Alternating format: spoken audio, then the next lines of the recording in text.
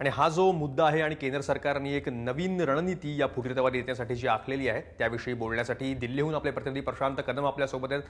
प्रशांत, फुटीरतावाद्यांबद्दल कठोर पाऊल उचलण्याची वेळ या सरकारला कशामुळे आली आहे?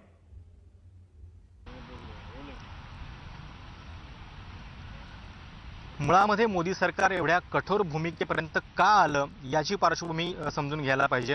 2 दिवसापूर्वी जेव्हा सर्वपक्षीय खासदारांचं शिष्टमंडळ काश्मीरमध्ये गेलेलं होतं तेव्हा या फुटीरतावाद्या नेत्यांनी खासदारांना साधी भेट देखील दिलेली नाहीये, त्यांच्या घराचे दरवाजे उघडले नाहीत। हे खासदार सगळे दरवाजाच्या बाहेर उभे होते।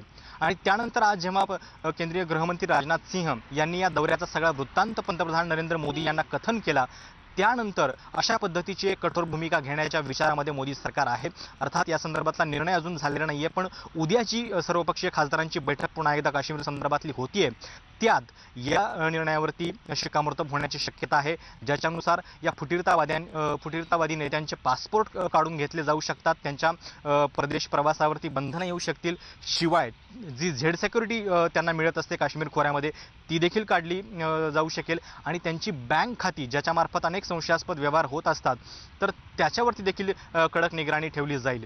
खरं तर हा व्ह्यू त्याच दौऱ्यामध्ये समोर आला, कारण एक असं तिथं सांगितलं गेलं की हे फुटीरतावाद्या नेत्यांचे काश्मीर सरकार जे आहे ते फार लाड करतं, एकीकडे अशा पद्धतीची दहशतवादाबद्दलची भूमिका घ्यायची आणि भारतीय टॅक्सपेयर जे आहेत त्यांच्या पैशावरती चैन करायची, आणि त्यामुळंच आता हे खपून घेतलं जाणार नाही अशा पद्धतीचा सरकार संदेश देऊ पाहते, आणि त्यामुळंच पहिल्यांदाच अशा पद्धतीचा एक कडक संदेश जो आहे तो फुटीरतावाद्यांना देण्याच्या विचारामध्ये मोदी सरकार आहे। याचे नेमके काय पडसाद येतील हे देखील पाहणं महत्त्वाचं असेल।